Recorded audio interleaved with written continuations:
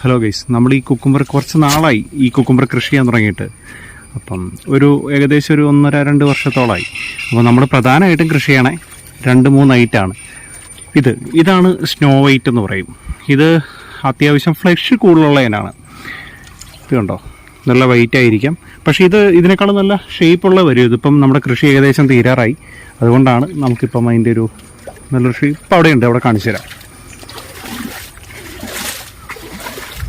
Okay, ഇതാണ് നമ്മുടെ snow white എന്ന് പറയുന്ന ഇനം. ഇതിൻ്റെ പ്രത്യേകത എന്ന് പറഞ്ഞാൽ ബാക്കിയുള്ളതിനെ അപേക്ഷിച്ച് ഇത് കണ്ടോ, ഇത് നമ്മുടെ ഒരു നോർമൽ ടൈപ്പാണ്.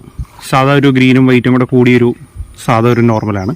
പക്ഷേ ഇത് കണ്ടോ, ഇതിന് ഇച്ചിരി വൈറ്റ് ആണ്. ഇതിൻ്റെ പേര് സ്നോ വൈറ്റ് എന്നാണ്. ഇനി ഇച്ചിരി ഫ്ലഷ് കൂടുതലുള്ളതിനാണ്. തമ്മിൽ കമ്പയർ ചെയ്യുമ്പം ഒരു മാക്സിമം വലിപ്പം എത്തിയ ഇത് ഏകദേശം ഒരു 1/4 കിലോയ്ക്ക് മേളിലുണ്ടാവും ഒരെണ്ണം തന്നെ. പക്ഷേ ഇത് ഏകദേശം ഒരു 200 ഗ്രാം കഷ്ടി ഉണ്ടാവുള്ളൂ. നല്ല വളർച്ചയിലെത്തിക്കഴിഞ്ഞാൽ, അതായത് ഇതിപ്പം മൂപ്പായിട്ടില്ല, വേണമെങ്കിൽ എടുക്കാം. ഇതിന് ചെറിയ ചെറിയ മുള്ളുകളുണ്ട്, കാണിച്ചു തരാം.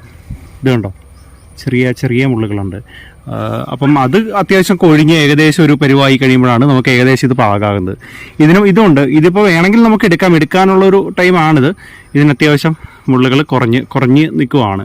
അത്യാവശ്യം മുള്ളുള്ള ടൈപ്പാണിത്. പഴയ ഒരു മുള്ളുവളരിയുടെ ഒരു ഹൈബ്രിഡാണ് ഈ സത്യം പറഞ്ഞ സലാഡ് വെള്ളരി എന്നുള്ളത്. പിന്നെ ഇത് രണ്ടും അല്ലാതെ വേറൊരു ഇനമുണ്ട്, അത് ഗ്രീനാണ്. അതായത് ഇത് കണ്ടോ, കുറേ മുള്ളുകൾ കണ്ടോ ഇതിൽ.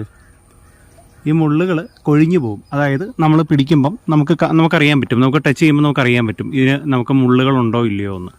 അത് കൊഴിഞ്ഞു പോകുമ്പോഴാണ് ഇതിൻ്റെ കറക്റ്റ് പ്രായം വരുന്നത്.